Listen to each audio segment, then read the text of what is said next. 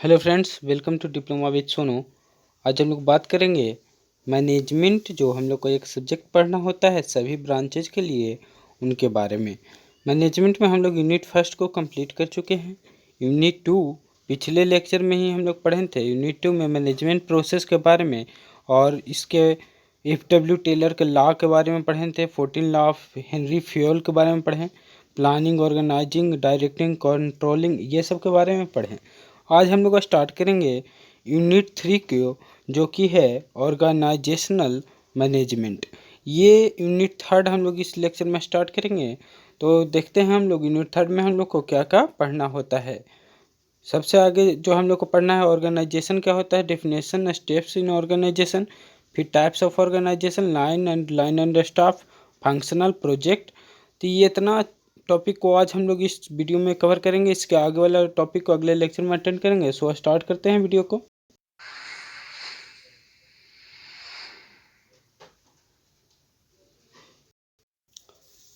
तो देखिए friend, unit third हम लोग स्टार्ट कर रहे हैं। यूनिट चैप्टर थर्ड जो है वो है ऑर्गेनाइजेशनल मैनेजमेंट।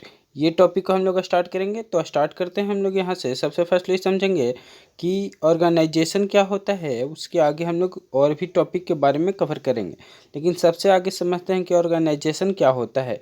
तो देखिए यहाँ पे ऑर्गेनाइजेशन को बहुत ही सिंपल डिफिनेशन से बताया गया है कि ऑर्गेनाइजेशन क्या होता है। समझते हैं हम लोग।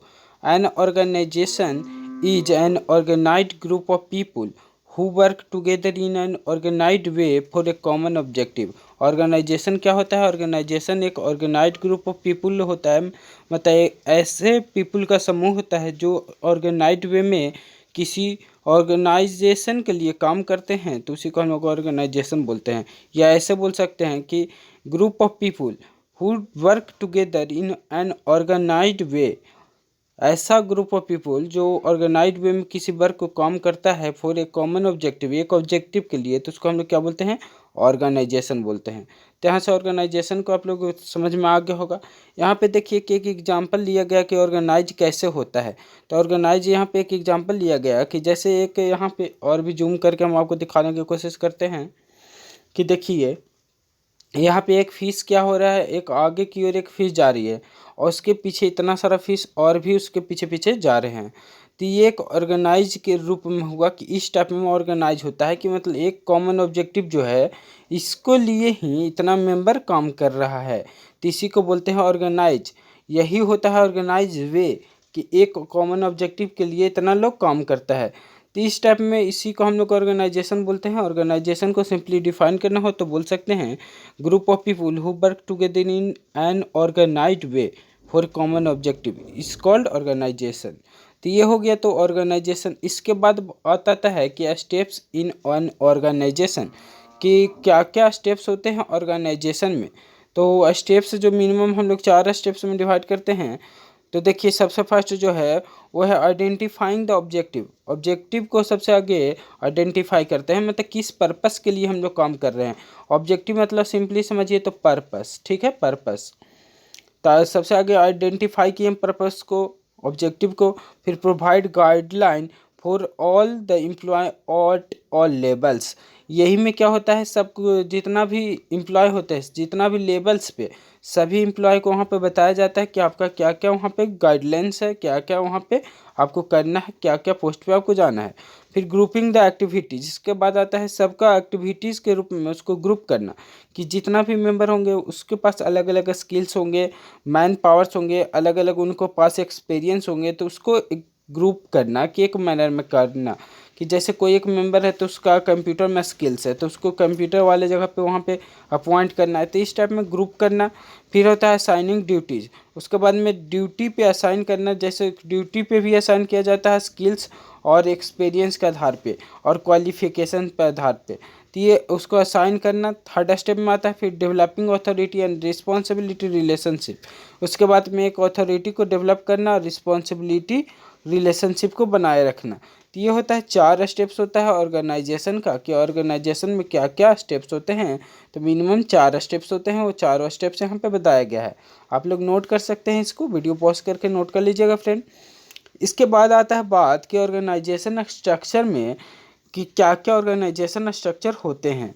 तो ऑर्गेनाइजेशन स्ट्रक्चर को सिंपली यहाँ पे बताया गया है कि a network of relationship between various positions in an organisation.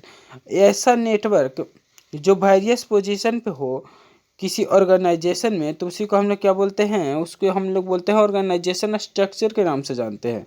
तो ऑर्गेनाइजेशन स्ट्रक्चर यहाँ सब लोग समझ रहे होंगे। ये देखिए ऑर्गेनाइजेशन स्ट्रक्चर क्या है कि ऑर्गेनाइजेशन स्ट्रक्चर को इस टाइम में बताया गया कि एक वेरियस जो भी वहाँ पे पोजीशन हो, वो सभी पोजीशन में क्या क्या रिलेशनशिप काम कर रहा है, क्या क्या वर्क कर रहा है, उसी को हम लोग ऑर्गेनाइजेशन स्ट्रक्चर के रूप में जानते हैं। ऑर्गेनाइजेशन स्ट्रक्चर को अगर डिवाइड करने के बात किया जाए तो ऑर्गेनाइजेशन स्ट्रक्चर को मेनली 4 पार्ट में डिवाइड किया जाता है। सबसे फर्स्ट को बोला जाता है लाइन, जिसको अनदर नाम से मिलिट्री और स्केलर के नाम से जाना जाता है, लेकिन हम लोग को सिंपली एसबीटी सिलेबस के अनुसार बोला गया कि सिर्फ लाइन पढ़ना है। लेकिन लाइन को जो अनदर नाम है फ्रेंड, वो है स्केलर और मिलिट्री। तो यहाँ से आप लोग घबराइएगा नहीं कि अभी अगर बोला कि मिलिट्री क्या होता है डिफाइन कीजिए, तो लाइन के हिसाब से ही उसको डिफाइन करना होता है। फिर सेकंड आता है लाइन एंड स्टाफ, फिर होता है स्टाफ जिसको फंक्शनल के भी नाम से जाना जाता है, फिर आता है प्रोजेक्ट। तो ये मिनिमम 4 टाइप्स होते हैं ऑर्गेनाइजेशनल स्ट्रक्चर का। तो यहाँ पे हो गया ऑर्गेनाइजेशनल स्ट्रक्चर क्या होता है, ऑर्गेनाइजेशनल स्ट्रक्चर का टाइप्स कितना है। सबसे आगे आप डिफाइन करेंगे हम लोग लाइन ऑर्गेनाइजेशन क्या होता है। लाइन ऑर्गेनाइजेशन को समझने से पहले ये समझना यहाँ पे और भी अच्छा आसानी होगा कि हम लोग अगर डिफिनेशन को समझ लेते हैं फिर टेबल को अच्छा से समझ लेंगे। तो लाइन ऑर्गेनाइजेशन क्या है समझते हैं। मोस्ट ओल्डेस्ट, सबसे ओल्डेस्ट होता है line organisation. Simplest method type of organisation, सबसे सिंपल होता है। Authority flow from top to bottom, authority top to bottom flow करता है, टॉप से लेके बॉटम तक इसका ऑथोरिटी फ्लो करेगा। ये चलते यहाँ पे कंफ्यूज नहीं होना है, सबसे आगे टॉप अथॉरिटी जो बोलेगा वही इसका बॉटम तक पहुँचेगा। फिर आएगा also referred as a scalar और मिलिट्री, इसको अनदर नाम से स्केलर के नाम से और मिलिट्री के नाम से जाना जाता है। स्केलर और मिलिट्री के नाम से इसको जाना जाता है। तो यहाँ पे इसका अनदर नाम हो गया स्केलर और मिलिट्री। अब इसके और भी हम लोग पॉइंट्स के बारे में देख लेते हैं कि जैसे लाइन ऑर्गेनाइजेशन, इसका मेरिट और डिमेरिट इसके आगे हम लोग समझेंगे। सबसे आगे टेबल को देखते हैं। देखिए टेबल में क्या बोला गया कि हम लोग क्या जानें कि लाइन ऑर्गेनाइजेशन क्या होता है। ये सबसे ओल्डेस्ट है और सिंपलेस्ट है, ओल्डेस्ट है और सिंपलेस्ट है। और इसमें कैसे वर्क होता है, तो ये टॉप टू बॉटम वर्क करता है। तो टॉप टू बॉटम जब वर्क करेगा तो सबसे आगे टॉप में जो होगा वो चीफ एग्जीक्यूटिव वर्क करता है। सबसे जो ऊपर होता है वो चीफ एग्जीक्यूटिव होता है। तो उसके नीचे जब डिवाइड होता है तो सेल्स, प्रोडक्शन, फाइनेंस इस रूप में डिवाइड किया जाता है। इसके बाद प्रोडक्शन को जब डिवाइड किया जाता है तो सिंगल ए फॉरमैन, फिर सेक्शन बी फॉरमैन, फिर सेक्शन सी फॉरमैन। इसके बाद सेक्शन बी फॉरमैन को डिवाइड किया जाता है जो एम्प्लॉय में डिवाइड होते हैं। तो ये टेबल था लाइन ऑर्गेनाइजेशन का। लाइन ऑर्गेनाइजेशन का अनदर टेबल भी यहाँ पे ठीक से आपको दिख नहीं रहा होगा, लेकिन हम समझाने की कोशिश करते हैं। देखिए इस टेबल में क्या बताया गया कि सबसे आगे होगा जनरल मैनेजर, वही चीफ वहाँ पे, उसको डिवाइड किया गया फाइनेंस, वर्क और मार्केटिंग मैनेजर में। वर्क मैनेजर क्या डिवाइड हुआ था, purchase manager, production manager, personal manager. अब यहाँ पे परचेज मैनेजर स्टाफ में डिवाइड होगा, फिर प्रोडक्शन स्टाफ, फोरमैन, फिर फोरमैन, इस टाइप में फोरमैन में डिवाइड होते रहेगा। तो इसको हम लोग लाइन ऑर्गेनाइजेशन के रूप में समझते हैं। अगर लाइन ऑर्गेनाइजेशन की बात किया जाए तो इसमें इसका मेरिट और डिमेरिट को हम लोग को पढ़ना होता है, जो कि एडवांटेज और डिसएडवांटेज के रूप में है। तो इसको समझते हैं हम लोग। देखिए सबसे आगे अगर बात की जाए कि मेरिट्स ऑफ लाइन ऑर्गेनाइजेशन, तो हम लोग क्या समझें कि इसका मेरिट क्या है। तो इसका मेरिट अगर समझें तो सबसे फर्स्ट ये सिंपलेस्ट होता है, सबसे सिंपल वे में काम करता है, तो सिंपलेस्ट है। उसके बाद में अगर बात किया जाए तो it is the most simple and oldest method of administration, simplest में हो गया। फिर यूनिटी ऑफ कमांड, इसका यूनिटी ऑफ कमांड कैसे है जो समझते हैं। In these organisation superior subordinate relationship is maintained and scalar chain of command flows from top to bottom. Unity of command कैसे वर्क करता है, टॉप टू बॉटम वर्क करता है। ध्यान दीजिएगा हमेशा टॉप टू बॉटम, यानी क्या कि वहाँ पे लाइन जो है वर्क कर रहा है, लाइन ऑर्गेनाइजेशन वर्क कर रहा है, तो टॉप टू बॉटम में आएगा वो। फिर बेटर डिसिप्लिन, वहाँ पे डिसिप्लिन अच्छा होता है, ये सब उतना पढ़ने की ज़रूरत नहीं है, डिसिप्लिन अच्छा काम करता है। फिक्स्ड रिस्पॉन्सिबिलिटी, सभी के एक रिस्पॉन्सिबिलिटी फिक्स किया हुआ होता है। फिर फ्लैक्सिबिलिटी, फ्लैक्सिबिलिटी को हम लोग समझते हैं there is coordination between top most authority and bottom line authority. यहाँ पे कोऑर्डिनेशन होता है, मतलब दोनों के बीच में एक अंडरस्टैंडिंग होता है टॉप मोस्ट अथॉरिटी से और बॉटम मोस्ट अथॉरिटी से। Since the authority relationship are clear, line officials are independent and flexibility takes the decision. This flexibility gives satisfaction of line executives. देखिए जब अथॉरिटी रिलेशनशिप क्लियर होता है कि top से bottom ही आएगा तो वहाँ पे कोई भी वहाँ पे डाउट नहीं होता है, जो भी ऊपर वाले वर्क बोलते हैं नीचे वाले को मानना पड़ता है। फिर आता है prompt decision. Due to factors of fixed responsibility and unity of command the officials can take prompt decision. तो देखिए ये यहाँ पे जो फैक्टर है वो फिक्स रिस्पॉन्सिबिलिटी सेव है, तो यूनिटी ऑफ कमांड भी सेव वहाँ पे है, तो जिससे क्या होता है कि ऑफिशियल्स क्या करते हैं, प्रॉम्प्ट डिसीजन को ले सकते हैं, मतलब प्रमोशन दे सकते हैं इस प्रकार में। फिर अगर डिमेरिट्स ऑफ लाइन ऑर्गेनाइजेशन की बात करते हैं तो डिमेरिट्स में मेनली सबसे आगे over reliance, the line executive and decision are implemented to the bottom, this result is overlying on the line officials. तो ये क्या करता है, ओवरलाई करता है लाइन ऑफिशियल्स पे। तो इसमें क्या होता है कि ऊपर वाले जो भी आपको वर्क दिया आपको नीचे वाले को मानना पड़ेगा।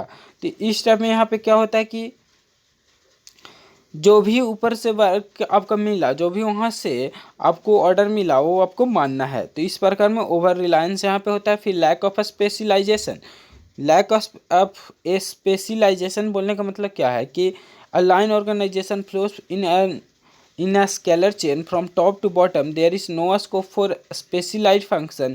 For example, expert advices whatever decision are taken by line managers are implemented in the same way. Lack of specialization बोलने का मतलब क्या है कि जो भी लाइन ऑर्गेनाइजेशन से स्केलर चेन के रूप में काम होता है तो टॉप से बॉटम सीधे ही उसको दे दिया जाता है कि टॉप जो बोलेगा उस नीचे वाले को काम करना पड़ेगा। तो एग्जांपल में अगर लिया जाए तो एक्सपर्ट एडवाइस क्या देते हैं कि वाट एवर डिसीजन जो भी ऊपर से लिया गया है वो इम्प्लीमेंट कर दिया जाता है सेम नीचे वाले पे, वो कुछ उस पर वर्क नहीं करते हैं, तो वहाँ पे स्पेशलाइजेशन नहीं हो पाता है। इनएडिक्वेट कम्युनिकेशन, उसका इनएडिक्वेट कम्युनिकेशन बोलने का मतलब क्या है कि the policies and strategic which are framed by the top authority are carried out in the same way. This leaves no scope for communication for the other end. The complaints and the suggestion of lower authority are not communicated back to the top authority. So there is a way of communication. So there is one way communication. देखिए यहाँ पे क्या होता है, जो भी policies होते हैं स्ट्रैटेजिक होते हैं वो क्या टॉप अथॉरिटी फ्रेम करता है और सीधे वो सेम वे में वो नीचे की ओर अपना बॉटम मोस्ट के पास में पहुँचा देता है। तो इसमें क्या होता है कि कम्युनिकेशन नहीं हो पाते हैं, जो भी अगर एडवाइस देना चाहें बॉटम मोस्ट अथॉरिटी तो टॉप मोस्ट अथॉरिटी को नहीं दे पाते हैं। तो यहाँ पे ये थर्ड पॉइंट हमारा। इसके बाद में हम लोग अगला देखते हैं, फोर्थ पॉइंट क्या बोला जा रहा है जो हम लोग समझते हैं। फोर्थ पॉइंट है लैक ऑफ कोऑर्डिनेशन। कोऑर्डिनेशन के कैसे वहाँ पे लैक होता है जो हम लोग समझते हैं, lack of coordination. Whatever decisions are taken by the line officials in certain situations, wrong decisions are carried down and implemented in the same way. Therefore, the degree of effective coordination is less.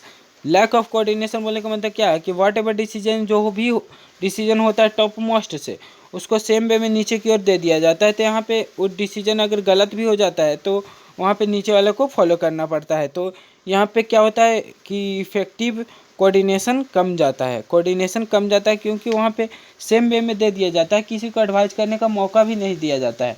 तो इस type में फिर आता है authority leadership. Authority leadership मतलब the line officials have tendency to misuse their authority position, this leads to autocratic leadership and monopoly in the concern. देखिए authority leadership बोलने का मतलब क्या है कि जो भी लाइन ऑफिशियल्स होते हैं उनका टेंडेंसी अगर वो चाहें तो अपना पावर को गलत इस्तेमाल कर सकते हैं, क्योंकि वो हायर पोस्ट वाले हैं, जो चीज़ बोलेंगे वो चीज़ मानना पड़ेगा बॉटम मोस्ट को। जैसे ना होता है कि कभी अगर आप अगर वर्क कर रहे हैं किसी एक कंपनी में वर्क कर रहे हैं तो आपको जो मैनेजर बोला वहाँ पे आपको वर्क को करना ही पड़ेगा, वहाँ पे आप नहीं कुछ बोल सकते हैं कि हम नहीं करेंगे, नहीं करिएगा तो निकाल देगा सीधे। तो इस प्रकार में अथॉरिटी लीडरशिप से वहाँ पे प्रॉब्लम होता है। फिर आता है इसके बाद line and staff. Line and staff को समझते हैं हम लोग। लाइन एंड स्टाफ को समझने से पहले आगे हम लोग इसका डेफिनेशन के बारे में समझ लेंगे अच्छे से तो क्लियर हो जाएगा उसके बाद। फिर देखिए लाइन एंड स्टाफ में modification of line organisation, line organisation का ही मॉडिफिकेशन है ये। फिर staff supervisor and staff specialist who are at attached to the line authority. Staff supervisor और स्टाफ स्पेशलिस्ट जो भी अटैच होते हैं अथॉरिटी से, इसका लाइन एंड स्टाफ का जो यहाँ पे टाइप्स अगर बोला जाए तो there are two lines of authority which flows at the one time in concern. यहाँ पे दो अथॉरिटी काम करता है, एक लाइन अथॉरिटी एक स्टाफ अथॉरिटी, इसी के लिए इसका नाम दिया गया है लाइन एंड स्टाफ अथॉरिटी। तो इसका हम लोग समझते हैं अब इसको टेबल के अनुसार कि टेबल कैसे समझाया गया। देखिए टेबल में अगर बात किया जाए तो टेबल में सबसे आगे बताया गया कि प्रेसिडेंट होता है, ठीक है। सबसे आगे क्या कि प्रेसिडेंट, देखिए यहाँ पे आप लोग देख रहे होंगे प्रेसिडेंट है सबसे आगे। उसके बाद में क्या है कि उसके बाद हम लोग को सीनियर स्टाफ, फिर purchasing, personal, office, legal, senior staff, इस प्रकार में इसको डिवाइड किया गया है सबसे आगे। उसके बाद बात आया तो हम लोग डिवाइड किए हैं, प्रेसिडेंट को ही डिवाइड था प्रोडक्शन के रूप में, तो यही प्रोडक्शन को हम लोग सेल्स में डिवाइड किए और फाइनेंस में डिवाइड किए। फिर प्रोडक्शन को डिवाइड हुआ क्वालिटी कंट्रोल और मेंटेनेंस। अब इसके बाद सीनियर जो स्टाफ थे उसको डिवाइड किया गया सबऑर्डिनेट स्टाफ में, और ये जो क्वालिटी कंट्रोल था इसको सेक्शन ए और section B, section C supervisor में डिवाइड किया गया और सेक्शन डी सुपरवाइजर में। अब देखिए सीनियर स्टाफ जो यहाँ पे थे उसको सबऑर्डिनेट स्टाफ में डिवाइड करके बताया गया। तो इस प्रकार में होता है line and staff. Line and staff organisation में क्या होता है, लाइन भी काम करता है और स्टाफ भी काम करता है, दोनों सेम वे में काम करते हैं। तो इसको हम लोग और भी समझते हैं। एक टेबल ये भी है कि जैसे सबसे आगे से समझते हैं कि सब कोई भी कंपनी होता है तो कंपनी में सबसे पहला हक होता है शेयर होल्डर्स का। शेयर होल्डर्स मतलब कि जो भी वहाँ पे कंपनी बनता है तो सब में शेयर डिवाइडेड करके क्या करते हैं, मेंबर अपना पैसा को लगाते हैं तब कंपनी वहाँ से वर्क करता है। तो ये सबसे आगे हम लोग लेते हैं शेयर होल्डर को। तो शेयर होल्डर क्या करेगा फ्रेंड, शेयर होल्डर के बाद में आता है board of directors. Board of directors ऐसा मेंबर्स होते हैं वहाँ पे कि जो भी वहाँ पे डिसीजन होगा कंपनी में बोर्ड ऑफ डायरेक्टर्स के बिना नहीं हो सकते हैं। बोर्ड ऑफ डायरेक्टर्स के बाद आता है चीफ एग्जीक्यूटिव, जिसको चीफ जनरल मैनेजर और मैनेजिंग डायरेक्टर के नाम से जानते हैं। और चीफ एग्जीक्यूटिव होगा तो जीएम के नाम से उसको जानते हैं। जीएम बोलिए, देखिए यहाँ पे ध्यान दीजिएगा, जीएम बोलिए या जनरल मैनेजर या मैनेजिंग डायरेक्टर बोलिए, एमडी बोलिए। बहुत सारे आप लोग देखे होंगे वेब सीरीज में होते हैं, फिल्म्स में होते हैं, बोलते हैं कि एमडी है वो। तो एमडी का मतलब क्या है, मैनेजिंग डायरेक्टर है। सीई है मतलब चीफ एग्जीक्यूटिव है। जनरल मैनेजर है यानी जीएम है। अब जीएम होगा तो उसका एक असिस्टेंट चीफ एग्जीक्यूटिव होगा। तो यही यहाँ पे डॉट डॉट करके बताया गया है। इसके बाद में इसको डिवाइड किया जाता है पर्सनल मैनेजर से, फिर प्रोडक्शन मैनेजर से, फिर चीफ अकाउंटेंट से। तो ये तीन प्रकार में डिवाइड किया गया। उसके बाद में इसको डिवाइड किया गया प्लांट सुप्रिटेंडेंट से, और प्लांट सुप्रिटेंडेंट को डिवाइड किया गया क्वालिटी कंट्रोल इंस्पेक्टर और रिपेयर्स एंड मेंटेनेंस ऑफिसर, और इसी को डिवाइड किया गया फॉरमैन पायलट प्लांट और फॉरमैन बक्सी और फॉरमैन लेबोरेटरी। अब इसको आगे डिवाइड किया गया वर्कर के रूप में। तो यही था लाइन अथॉरिटी और स्टाफ अथॉरिटी कैसे वर्क करता है, क्या क्या प्रोसेस से वर्क करता है। तो ये हो गया हम लोग का लाइन एंड स्टाफ अथॉरिटी। इसका हम लोग मेरिट्स और डिमेरिट्स को समझते हैं। उसके बाद में इसका और भी टाइप्स को देखेंगे। तो आप देखिए फ्रेंड, इसका आता है बात मेरिट्स ऑफ लाइन और स्टाफ ऑर्गेनाइजेशन की। अगर बात किया जाए मेरिट का मतलब सिंपली क्या है कि एडवांटेज है। तो मेरिट में सबसे फर्स्ट जो होता है वो है relief to line executive. Line executive पे रिलीफ कैसे होता है जो समझते हैं। देखिए कि अगर बात किया जाए कि in an line staff organisation the advice and counselling which is provided to the line executive divides the work between the two। देखिए जो भी वहाँ पे लाइन और स्टाफ ऑर्गेनाइजेशन में क्या होता है, डिवाइस और काउंसलिंग दोनों क्या किया जाता है कि वो डिवाइड करता है वर्क को वो अपने आपस में। The line executive can concentrate on the execution of plant and they get relieved of dividing their attention to many areas. जब डिवाइड हो जाएगा वर्क लाइन और स्टाफ में तो जो वहाँ पे लाइन एग्जीक्यूटिव होता है वो अपना कंसंट्रेशन को बढ़ा सकता है एग्जीक्यूशन ऑफ वर्क में। तो इसके बाद क्या हो जाता है कि उसका अटेंशन बहुत सारे एरिया को कवर कर सकता है। तो यही होता है relief to line of executive. Expert advice second, the line and staff organisation facilitates expert advices to the line executive at the same time of need. The planning and investigation which is related to different matters can be done by the staff. A specialist and line officers can concentrate and execution of works. तो ये देखिए expert और advices मतलब ये भी बहुत मायने रखता है लाइन और स्टाफ ऑर्गेनाइजेशन में, क्योंकि जो भी यहाँ पे एक्सपर्ट एडवाइस देते हैं उसी के आधार पे क्या होता है कि एग्जीक्यूटिव अपना काम को करते हैं, वही at the time of need जब एग्जीक्यूटिव को ज़रूरत पड़ता है तो एडवाइस को लेते हैं। तो ये जो भी प्लानिंग और इन्वेस्टिगेशन होते हैं तो ये सब मैटर में क्या कि स्पेशलिस्ट का ज़रूरत पड़ता है, वो सब एडवाइस देते हैं। फिर आता है बेनिफिट ऑफ स्पेशलाइजेशन। देखिए वहाँ पे जैसा कि लाइन में बात किया जाता रहा था कि वहाँ स्पेशलाइजेशन नहीं था, वो डेमेरिट्स था, डेमेरिट्स वहाँ पे ले रहे थे। अब यहाँ पे है कि बेनिफिट्स ऑफ स्पेशलाइजेशन। अब स्पेशलाइजेशन जब है तो उसका बेनिफिट्स क्या क्या है जो यहाँ पे हम लोग समझते हैं कि अगर बेनिफिट्स की बात किया जाए तो line and staff through division of whole concern into two types of authority divides the enterprises into parts of functional areas. This way every officers or officials can concentrate in its own area. जो भी line और staff होते हैं उनमें division हो जाता है work का। तो ये सब में क्या होता है कि जो भी अथॉरिटी होता है उसका हर एक फंक्शन में काम कर सकता है, हर एक पार्ट में काम कर सकता है, या जो भी ऑफिसर होंगे अपना कॉन्सेंट्रेट कर सकते हैं अपना एक एरिया में। तो इस प्रकार में वहाँ पे स्पेशलाइजेशन का यहाँ पे हम लोग फ़ायदा ले सकते हैं। फिर आता है better coordination. Line and staff में जैसा कि बात किया गया कि लाइन का ही वो सुधार करके बनाया गया लाइन एंड स्टाफ। तो line and staff through specialisation is able to provide better decision making and concentration immense in few hands. देखिए वहाँ पे लाइन एंड स्टाफ ऑर्गेनाइजेशन में क्या होते हैं, स्पेशलाइजेशन प्रोवाइड करते हैं डिसीजन मेकिंग को, और उसका कॉन्सेंट्रेशन एक फ्यू हैंड्स में होता है। तो वो सब क्या करते हैं, this feature helps in bringing coordination in work as every official can concentrating in own area. तो बेटर कोऑर्डिनेशन कैसे होता है, जब सब ऑफिसर अपना अपना एरिया में काम करेगा तो बेटर कोऑर्डिनेशन होगा, अच्छा काम करेगा। Benefits of research and development through the advice of specialised staff the line executives get time to execute plans by taking productive decisions which are helpful for concern. This gives a wider scope to the line executive to bring innovation, go for research work in those areas. This is possible due to the presence of staff specialized. देखिए benefits of research and development, इसका कैसे हम लोग फ़ायदा लेते हैं research and development का। जैसा कि अगर बात किया जाए तो सब अपने अपने कामों में एक्सपर्ट आदमी होंगे, तो सब अपने अपने कामों का अच्छे रूप से काम कर सकते हैं। तो यहाँ पे क्या होगा कि जल्दी काम हो जाएगा, क्योंकि सब अपने जो भी स्पेशलाइज्ड होंगे तो सब अपने जो भी वर्क होंगे वहाँ पे स्पेशलाइजेशन उनको होगा, तो वर्क जल्दी कंप्लीट हो जाएगा। तो वो रिसर्च के लिए अपना टाइम दे सकते हैं और रिसर्च करके नए नए आइडियाज़ को जनरेट कर सकते हैं। तो यहाँ पे हम लोग उस प्रकार में रिसर्च एंड डेवलपमेंट को हेल्प लेते हैं।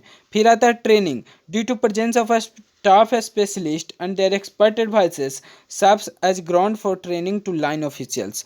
तो देखिए लाइन एंड स्टाफ ऑफिशियल में क्या होता है कि लाइन एंड स्टाफ में वहाँ पे लाइन एंड स्टाफ में हम लोग को एक क्या हो जाता है एडवाइस के रूप में, जैसा बोलता है ना, बोला जाता है ना कि बड़े आदमियों के एडवाइस छोटों के लिए काम करता है। तो इसी प्रकार में यहाँ पे है कि बड़े आदमियों के लिए एडवाइस और छोटे आदमियों के लिए काम करता है। कि उसी प्रकार में है कि ट्रेनिंग कि जैसे हम लोग ट्रेनिंग को भी पैसा नहीं देना पड़ेगा, क्योंकि देखिए कि जब हम लोग एडवाइज़र और स्पेशलिस्ट टाइप को रखेंगे लाइन एंड स्टाफ में, तो लाइन ऑर्गेनाइजेशन में क्या होगा कि लाइन एंड स्टाफ वाला मेंबर उसको एडवाइस देके उसको ट्रेन कर देगा। तो इस टाइप में वहाँ पे ट्रेनिंग मिल जाता है। तो balance decision the factor and specialisation which are is achieved by line and staff helps in bringing coordination the relation automatically ends the line officials to make and balance decision. जो भी factor होते हैं specialisation का achieve कर लिया जाता है staff के द्वारा, तो ये इसका कोऑर्डिनेशन क्या हो जाता है, अच्छा हो जाता है। तो इससे क्या हो जाता है ऑफिशियल अपना बेटर बैलेंस कर सकता है अपने डिसीजन को। तो ये सब था merits of line and staff organisation. फिर आता है demerits of line and staff organisation. इसमें सबसे फर्स्ट है जो lack of understanding. Lack of understanding बोलने का मतलब क्या कि वहाँ पे समझते नहीं हैं कुछ लोग। In a line and staff organisation there are two authority, तो इसमें क्या होता है, दो अथॉरिटी काम करता है एक टाइम पे। This results in the confusion between the two, तो ये दोनों के बीच में कन्फ्यूजन के रूप में काम करता है। As the result of worker are not able to understand as to who is their commanding authority. देखिए लाइन एंड स्टाफ ऑर्गेनाइजेशन में जैसा कि बात ही किया जा रहा है लाइन एंड स्टाफ, इसमें दो अथॉरिटी काम करेंगे एक ही टाइम पे। तो यहाँ पे जो वर्कर होता है, जो वर्कर होंगे वो फैसला नहीं कर पाते हैं कि हम किसका बात माने। वर्कर क्या करेगा, एक अपना डिसीजन नहीं ले पाता है कि हम किसका बात माने, लाइन का माने कि स्टाफ का माने। जिससे क्या हो जाता है, कन्फ्यूजन हो जाता है कमांडिंग अथॉरिटी में। तो यहाँ पे प्रॉब्लम आता है अंडरस्टैंडिंग में। तो यही चलते यहाँ पे बोला जा रहा है लैक ऑफ अंडरस्टैंडिंग। फिर lack of sound advice, the line officials can get you to expertise advice of the staff. At times, the staff specialists also provide wrong decision, which the line executive have to consider. This can affect the efficient running of the enterprises. देखिए lack of sound advice मतलब क्या कि जो भी line official क्या करेंगे, अपना expertise को एडवाइस करेंगे स्टाफ से, एडवाइस स्टाफ का एडवाइस लेंगे एक्सपर्टीज के द्वारा। तो यहाँ पे वही टाइम में क्या होगा, at times the staff specialist also provide wrong decision. तो यहाँ पे स्टाफ स्पेशलिस्ट रॉन्ग डिसीजन को भी कभी कभी दे देते हैं एग्जीक्यूटिव पे। तो यहाँ पे वो अफेक्ट कर सकता है इंटरप्राइजेज को। तो इस रूप में क्या होता है, लैक ऑफ साउंड एडवाइजर्स के रूप में उसको बताया जाता है। लाइन एंड स्टाफ कॉन्फ्लिक्ट्स, देखिए जब दो ऑर्गेनाइजेशन काम करेगा तो कॉन्फ्लिक्ट होना तो पक्का है।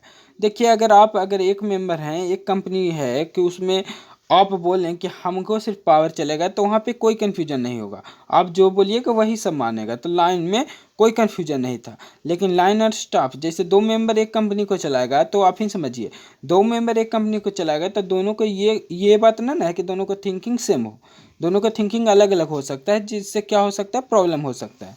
तो यही बोला जा रहा है लाइन एंड स्टाफ कॉन्फ्लिक्ट्स। तो यही सब सेंटिमेंट्स आएंगे एम्प्लॉय के बीच में, जो भी यहाँ पे लाइन एंड स्टाफ जो भी हम लोग बात किए वही सब रिलेशन और मिनिमाइजिंग के रूप में यहाँ पे बताएगा, और डिस्ट्रेस होगा एम्प्लॉय के बीच में। फिर आता है costly, line and staff costly होगा क्योंकि दो ऑर्गेनाइजेशन काम करेगा, दो स्टाफ स्पेशलिस्ट काम करेगा, तो वहाँ पे क्या होगा, पैसा ज़्यादा लगेगा। Assumption in authority, the power of concern is with the line official but the staff dislike it as they are one more in mental work. Assumption authority, power जो होता है लाइन ऑफिशियल के पास में रहता है, लेकिन स्टाफ क्या करते हैं, उसको डिसलाइक करते हैं, ना पसंद नहीं करते हैं, क्योंकि वहाँ पे one more in mental work, यहाँ पे वहाँ पे स्टाफ भी क्या चाहते हैं कि हमको भी पावर मिले, लेकिन ऐसा तो नहीं है। लाइन ऑफिशियल के पास में पावर होता है एजम्पशन ऑफ अथॉरिटी के बीच में, तो ये स्टाफ मान लेते हैं कि हमको भी पावर है लाइन एंड स्टाफ के बीच में, लेकिन असली में पावर स्टाफ के पास नहीं होता, लाइन के पास में ही पावर होता है। सिर्फ उसको बोला जाता है लाइन एंड स्टाफ के सिर्फ हमको बातों को मानेंगे, ये ना कि आप जो बोलिएगा जो हम करेंगे। हम लाइन ऑर्गेनाइजेशन, अगर बात बोला जाए कि लाइन ऑर्गेनाइजेशन के रूप में अगर एग्जांपल लिया जाए, तो लाइन स्टाफ ऑर्गेनाइजेशन का एक एग्जांपल लेते हैं, बहुत अच्छा एग्जांपल समझेंगे इसको अच्छे से। देखिए कि जैसे अगर एक कंपनी चल रहा है, उसमें बोला गया कि हम लाइन एंड स्टाफ दोनों को वर्क करने देंगे। तो अगर बोला गया कि लाइन एंड स्टाफ दोनों को काम करने देंगे, तो जो जनरल मैनेजर होगा तो वो सिर्फ बात सुनेगा लेबर का, इन्हें कि जो लेबर बोलेगा वो जनरल मैनेजर को करना पड़ेगा। पावर तो असली में जनरल मैनेजर के पास में ही होगा, मतलब पावर असली में लाइन ऑफिशियल के पास में ही होगा, लेकिन सिर्फ वहाँ पे एडवाइस ले सकता है वो लेबर के, और लेबर का एडवाइस अगर उसको अच्छा लगे तो वो इम्प्लीमेंट कर सकता है, लेकिन इसका ऑर्डर वो नहीं ले सकता है कि इसको आपको करना ही होगा। ठीक है, तो यही एग्जांपल था। Staff steals the show in a line and staff concern the higher returns are considered to be product of a staff advices and counseling. The line officials feel dissatisfied and a feeling of distress enter a concern. That is the satisfaction of line official is very important for effective result. A staff steals the show, मतलब क्या कि staff जो भी वहाँ पे जो भी उसका सराहना होगा, जो भी वहाँ उसका बड़ा मतलब बोल सकते हैं कि ये स्टाफ जो स्टील्स द शो बोलने का मतलब क्या है कि जो भी वहाँ पे वर्क हुआ तो वो जो लाइन और स्टाफ दोनों मिल के काम किया, तो लाइन ऑर्गेनाइजेशन सोचता है कि ये वर्क हम किए तो हमको यहाँ पे सहानुभूति मिलना चाहिए, हमको वहाँ पे क्या होना चाहिए कि हमको वहाँ पे प्रशंसा मिलना चाहिए, प्रेज मिलना चाहिए। लेकिन स्टाफ क्या करता है, स्टील द शो। बोलने का मतलब ये सिंपली एक प्रेज यहाँ पे उपयोग किया गया, यहाँ पे एडवाइस ये एक रूप में बताया गया कि स्टाफ स्ट्रेस द शो, मतलब कि स्टाफ सिर्फ वहाँ पे प्रेज को बटोर लेता है कि हम ही सब किए हैं, लेकिन असली में डिससेटिस्फाइड हो जाते हैं। क्या कि वो जो भी मेन ऑफिशियल होते हैं वो डिससेटिस्फाइड हो जाते हैं। तो यहाँ पे इम्पॉर्टेंट होता है कि डिससेटिस्फैक्शन नहीं होना चाहिए, सेटिस्फैक्शन होना चाहिए एग्जीक्यूटिव रिजल्ट के लिए। तो ये हुआ कि स्टाफ स्टेल्स द शो, मतलब एक एडवाइस के रूप में बताया गया कि स्टाफ स्टेल्स द शो। हम लोग ना बोलते हैं कि कुछ कुछ हम लोग मुहावरे के इस्तेमाल करते हैं, तो उसी प्रकार में ये मुहावरा के इस्तेमाल किया गया कि स्टाफ स्टील्स द शो। इसके बाद में आता है फ्रेंड फंक्शनल ऑर्गेनाइजेशन के बाद हम लोग करेंगे लाइन एंड स्टाफ का। हम लोग समझ लिए हैं कि क्या एडवांटेज था, कि या डिसएडवांटेज था, मेरी डीमेरिट समझे उसी के बारे में। तो इसके बाद आता है friend functional organisation. Functional organisation क्या होता है जो हम लोग समझते हैं। देखिए फंक्शनल ऑर्गेनाइजेशन अगर बात किया जाए तो ये फंक्शन के रूप में काम करता है। Functional organisation are suggested by F W. Taylor. F W. Taylor जो 14 प्रिंसिपल दिए थे एफ.डब्ल्यू. Taylor, F W. टेलर नहीं दिए थे फ्रेंड, एफ.डब्ल्यू. टेलर 14 प्रिंसिपल को नहीं दिए थे, 14 प्रिंसिपल दिया गया था, वहाँ पे मिस्टेक हुआ फ्रेंड, सॉरी। तो मैं वहाँ पे 14 प्रिंसिपल दिया गया था हेनरी फ्यूल के रूप में, लेकिन एफ.डब्ल्यू. टेलर वहाँ पे एक डिफिनेशन बताए थे, तो उनके अनुसार ही ऑर्गेनाइजेशन में अगर बात किया गया तो फंक्शनल ऑर्गेनाइजेशन जो हुआ था तो ये सजेस्टेड कि इसके द्वारा हुआ था, तो एफ.डब्ल्यू. टेलर के द्वारा सजेस्ट किया गया था कि फंक्शनल ऑर्गेनाइजेशन को बनाना चाहिए। Functional organization has been divided to put the specialist in the top position throughout the enterprises. Functional organisation क्या करता है कि अपना स्पेशलिस्ट को टॉप पोजीशन पे रखता है, उसको इंटरप्राइजेस के रूप में वर्क करता है। Each functional area is put under the charge of functional specialist. जितना भी फंक्शनल एरिया होगा उसको रखा जाता है फंक्शनल स्पेशलिस्ट के भी नीचे, जिससे क्या हो, वर्क अच्छा से हो। And he has got the authority to give all decision regarding the function. तो फंक्शनल स्पेशलिस्ट के पास में ही ऑल अथॉरिटी पावर होता है, वो जो बोलेंगे, जो काम करना पड़ता है फंक्शनल एरिया के जो भी ऑफिसर होंगे उनके। तो यह हो गया कि फंक्शनल ऑर्गेनाइजेशन कैसे काम करता है। जो अब यहाँ पे एक टेबल के रूप में हम लोग समझते हैं कि कैसे यहाँ पे फंक्शनल ऑर्गेनाइजेशन होता है। तो देखिए सबसे आगे इसमें होता है चीफ एग्जीक्यूटिव। सबसे आगे क्या होता है फ्रेंड, वो होता है चीफ एग्जीक्यूटिव।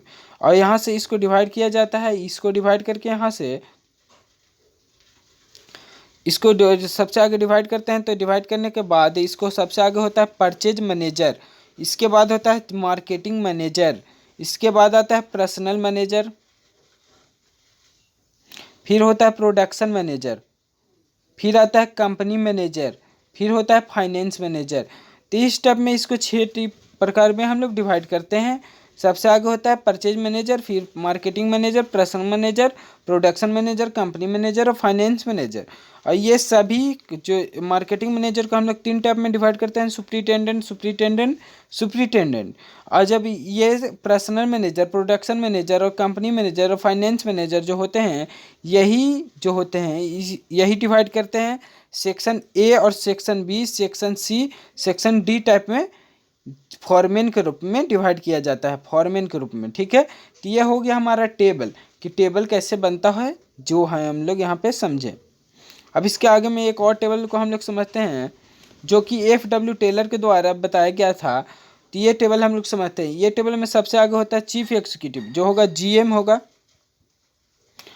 और मैनेजिंग डायरेक्टर एमडी, ठीक है। इसी को बोला जाता है चीफ एग्जीक्यूटिव। चीफ एग्जीक्यूटिव जो वर्क करेगा ये क्रॉस करेगा वर्क मैनेजर के पास में, वर्क मैनेजर। फिर आता है प्लांट सुपरिटेंडेंट, ये प्लांट सुपरिटेंडेंट से हम लोग का वर्क क्रॉस करता है, तो अब आता है हम लोग को रूट क्लर्क के पास, यहाँ से डिवाइड करता है। तो ये 8 प्रकार में डिवाइड करता है, inspection guard clerk, time and cost clerk, disciplinary clerk, gang boss, speed boss, repair boss or inspector. ये सब यहाँ पे आते हैं ऑफिस स्पेशलिस्ट के रूप में। ये 4 यहाँ पे काम करते हैं, ठीक है। ये ऑफिस स्पेशलिस्ट होते हैं, ये शॉप स्पेशलिस्ट होते हैं, इसको शॉप पे जा जा के काम करवाना पड़ता है, शॉप स्पेशलिस्ट। और इसको से जब बनते हैं तो ये होते हैं वर्कर, सबसे नीचे आता है वर्कर, यहाँ से वर्कर काम करता है सबसे नीचे वाले पे। तो ये हुआ कि फंक्शनल ऑर्गेनाइजेशन कैसे काम करता है उसको टेबल के रूप में हम लोग समझे। अब फंक्शनल ऑर्गेनाइजेशन की अगर बात किया जाए तो फंक्शनल ऑर्गेनाइजेशन में सबसे आगे आता है स्पेशलिस्ट, स्पेशलाइजेशन। सबसे फर्स्ट जो होगा वो होगा स्पेशलाइजेशन। तो स्पेशलाइजेशन कैसे काम करता है जो समझिए। Better division of labour takes place which results in specialisation of function and its consequent benefit. Specialisation कैसे होता है, बेटर डिवीजन ऑफ लेबर हो जाता है स्पेशलाइजेशन के रूप में। जब हम लोग डिवाइड करेंगे तो हर एक लेबर का स्किल हम लोग को पता हो जाता है। तो उसके बाद आता है effective control. Management control is simplified as the mental function are separated from manual function. Management control specify हो जाता है, सिंप्लीफाई हो जाता है, क्योंकि मेंटल फंक्शन हम लोग अलग कर देते हैं मैनुअल फंक्शन से। Checks and balance keep the authority within certain limits. Check and balance क्या करते हैं कि अथॉरिटी को एक सर्टेन लिमिट तक पहुंचाता है। अ स्पेशलिस्ट में बी आस्क्ड टू जज the performance and various sections. Specialist में कभी पूछ सकते हैं कि वहाँ पर परफॉर्मेंस कैसा हो रहा है हर एक फंक्शन में। तो ये होता है इफेक्टिव कंट्रोल, वहाँ पे कंट्रोल एक अच्छा होता है। फिर आता है efficiency. Greater efficiency is achieved bye because of every function performing a limited number of function. वहाँ पे एफिशिएंसी बढ़ जाता है क्योंकि सब जितना भी वहाँ पे अथॉरिटी होगा वो सबका एफिशिएंसी अलग अलग होता है और सब एक रूप में अच्छा से काम करते हैं। फिर आता है 4 इकोनॉमी। इकोनॉमी कैसे बताता है जो समझते हैं। Specialisation compared with standardisation facilitates maximum production and economical cost. देखिए इकोनॉमी कैसे इफेक्ट करता है कि वहाँ पे स्पेशलाइजेशन और स्टैंडर्डाइजेशन हो जाता है जिससे मैक्सिमम प्रोडक्शन होगा। जब पर हमको कोई भी काम में हम अच्छा हैं तो काम को हम अच्छा से करेंगे, कम समय में करेंगे तो प्रोडक्शन बढ़ जाएगा जिससे इकोनॉमिकल कॉस्ट बढ़ जाएगा, तो वहाँ पे इकोनॉमी में इंक्रीजमेंट आता है। फिर आता है expansion. Expert knowledge of functional manager facilitates भी better control and supervision. Expansion कैसे होता है, जब एक्सपर्ट को अच्छा नॉलेज होगा तो वो अच्छा से काम करेगा तो उससे के द्वारा कंट्रोल एंड सुपरविजन अच्छा हो जाएगा जिससे एक्सपेंशन अच्छा हो जाता है। तो ये सब पॉइंट थे एडवांटेज। अब आता है friend demerits of functional organisation. Functional organisation का डीमेरिट क्या क्या है जो समझते हैं। देखिए डीमेरिट्स ऑफ फंक्शनल ऑर्गेनाइजेशन, सबसे फर्स्ट है कन्फ्यूजन। कन्फ्यूजन होता है जो कैसे होता है जो समझते हैं। The functional system is quite complicated to put into operation specially when it is carried out at low levels, therefore coordination becomes difficult। confusion कैसे होता है फंक्शनल ऑर्गेनाइजेशन में कि वहाँ पे कॉम्प्लिकेटेड होता है क्योंकि जब वहाँ पे वर्क को लो लेवल तक पहुँचाया जाता है तो कोऑर्डिनेशन बहुत ही कम हो जाता है, डिफ़िकल्ट हो जाता है, तो जिस चलते कन्फ्यूजन हो जाता है। लैक ऑफ कोऑर्डिनेशन, जब कोऑर्डिनेशन हटता है तभी तो डिफ़िकल्ट आता है कोऑर्डिनेशन कन्फ्यूजन के रूप में। तो disciplinary control becomes week as your worker is commanded not by one person but a large number of people, thus there is no unity of command। देखिए जैसा no unity of command बोलने का मतलब कैसे होता है कि अगर आप पावर एक आदमी के पास में है तो एक आदमी जब बोलेगा तो उसका पावर सबको मानना ही पड़ेगा, लेकिन अगर पावर 10 आदमी के पास में है तो एक वो आदमी कुछ बोलेगा एक आदमी कुछ बोलेगा, तो इस अनुसार क्या हो जाता है पावर का वैल्यू घट जाता है, जिस चलते यूनिटी ऑफ कमांड घट जाता है। यही चलते यहाँ पे बात है कि नो यूनिटी ऑफ कमांड, तो यहाँ पे होता है लैक ऑफ कोऑर्डिनेशन के बीच में। इसके बाद आता है difficulty in fixing responsibility. Responsibility fix करने में डिफ़िकल्टी आता है because of multiple authority its is difficult to fix responsibility. बहुत सारा अथॉरिटी वहाँ पे काम करता है फंक्शनल में, तो वहाँ पे रिस्पॉन्सिबिलिटी फिक्स करना बहुत ही प्रॉब्लम वाला बात आ जाता है। फिर conflicts, there may be conflicts among the supervisory staffs and of equal ranks. देखिए वहाँ पे फंक्शनल में बहुत सारा फंक्शन काम करता है एक साथ में, बहुत सारा स्टाफ एक साथ में काम करता है, सबका पावर सेम है, तो सेम रैंक वाला क्या करता है कभी कभी लड़ जाता है क्योंकि वो बोलेगा कि हम ये बोल रहे हैं तुमको, तो तुम ये काहे बोले कि हम जब बोलें कि उसको ये काम करना है तो तुम ये काम नहीं करने के लिए काहे बोल दिया। ए ई है और बी ई है, तो ए अगर बोला कि तुमको ये काम करना है और बी बोला कि नहीं ये काम नहीं करके तुम दूसरा काम करो, तो इस टाइप में कॉन्फ्लिक्ट्स हो जाता है। तो यही आया कॉन्फ्लिक्ट्स के रूप में। फिर कॉस्टली, क्योंकि बहुत सारा स्पेशलिस्ट काम करेगा, हाईएस्ट ऑर्डर का काम करेगा, तो वहाँ पे पैसा ज़्यादा लगेगा, जिस चलते ये कॉस्टली हो जाता है, कॉस्ट इसका बढ़ जाता है, कॉस्ट जो होगा वो बढ़ जाएगा। तो यहाँ पे ये हम लोग समझ गए कि क्या होता है फंक्शनल। इसके बाद में आता है प्रोजेक्ट ऑर्गेनाइजेशन। प्रोजेक्ट ऑर्गेनाइजेशन को हम लोग एडवांटेज डिसएडवांटेज नहीं पढ़ेंगे, सिंपली प्रोजेक्ट ऑर्गेनाइजेशन का हम लोग टेबल के अनुसार समझ लेंगे कि कैसे प्रोजेक्ट ऑर्गेनाइजेशन काम करता है। तो देखिए प्रोजेक्ट ऑर्गेनाइजेशन को हम लोग समझते हैं कि सबसे आगे इसमें होगा CEO। CEO जब होगा तो ये डिवाइड होता है यहाँ पे 3 पार्ट में। एक आता है मार्केटिंग मैनेजर, फिर आता है HR मैनेजर, और ये डिवाइड जब होगा तो ये डिवाइड जो होगा CEO के बाद में इसको डिवाइड किया जाता है 2 टाइप में, आगे डिवाइड हुआ। इसके बाद में CEO के और 3 टाइप में, manager project A, manager project B, manager project C। अब जब मैनेजर प्रोजेक्ट C तक डिवाइड होता है तो मैनेजर प्रोजेक्ट फिर B को डिवाइड किया जाता है, और इसको डिवाइड करते हैं मैन्युफैक्चरिंग मैनेजर में, मैनेजर परचेज में, मैनेजर फायर फाइटिंग में, मैनेजर लीगल जो भी वहाँ पे लीगल वर्क होगा, लॉ के रिलेटेड वर्क होगा तो लीगल में काम आता है, ठीक है, लॉ में। फिर आता है फैब्रिकेशन, मैनेजर मैन्युफैक्चरिंग में फैब्रिकेशन आ जाएगा, असेंबली आ जाएगा, टेस्टिंग आ जाएगा। फिर मैनेजर परचेज में आएगा मटेरियल्स, टूल्स, मशीनरी। फिर मैनेजर फायर फाइटिंग में आएगा फायर हाइड्रेंट्स, राइजर्स और एक्सटिंग्विशर। फिर मैनेजर लीगल में आता है permission, pollution norms, legal issue, जो भी लॉ के रिलेटेड होगा वो मैनेजर लीगल्स में जाएगा, ठीक है। तो ये सब था प्रोजेक्ट में। इसके बाद आता है डिपार्टमेंटेशन। डिपार्टमेंटेशन क्या होता है जो समझते हैं। इसके आगे हम लोग सिलेबस को देख लेते हैं।